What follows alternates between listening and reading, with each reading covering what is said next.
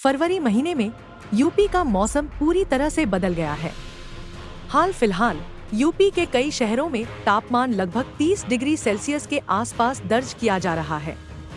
इसी के साथ साथ न्यूनतम तापमान में भी धीरे धीरे बढ़ोतरी हो रही है, जिससे दिन के साथ साथ रात में भी ठंडक कम नजर आने लगी है।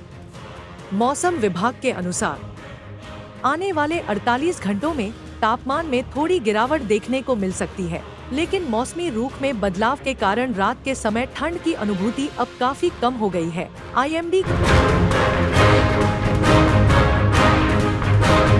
आईएमडी की जानकारी के अनुसार 6 फरवरी को यूपी के पूर्वी और पश्चिमी दोनों संभागों में 20 से 30 किलोमीटर प्रति घंटा की रफ्तार से हवाएं चल सकती हैं।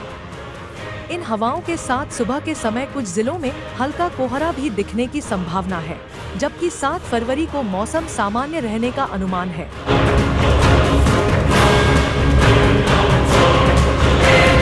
बीएचयू के मौसम वैज्ञानिक प्रोफेसर मनोज कुमार श्रीवास्तव के अनुसार यूपी में मौसम का रुख तेजी से बदल रहा है।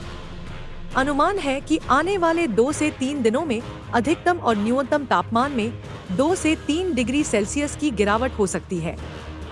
साथ ही 8 फरवरी को एक नया पश्चिमी विक्षोभ उत्तर पश्चिम भारत को प्रभावित करेगा, जिसके बाद मौसम में थोड़ा बदलाव देखने को मिलेगा।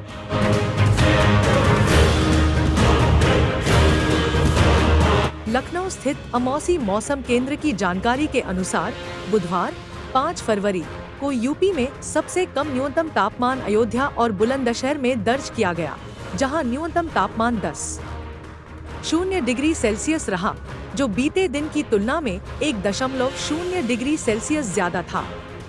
वहीं प्रयागराज में तीखी धूप का असर देखने को मिला, जहां अधिकतम तापमान 30.5 डिग्री सेल्सियस दर्ज किया गया।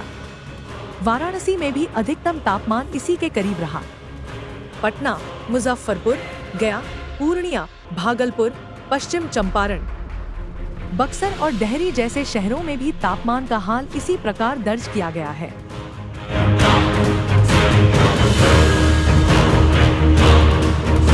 लखनऊ में अधिकतम तापमान 28.2 डिग्री सेल्सियस और न्यूनतम तापमान 14.5 डिग्री सेल्सियस रहा।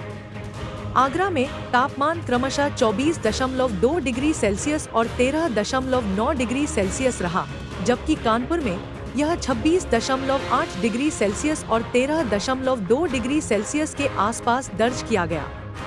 मेरठ में अधिकतम तापमान 22.2 डिग्री सेल्सियस और न्यूनतम 11.1 डिग्री सेल्सियस रहा। वहीं वाराणसी में तापमान क्रमशः 30.0 डिग्री सेल्सियस और 15.7 डिग्री सेल्सियस के आसपास रहा।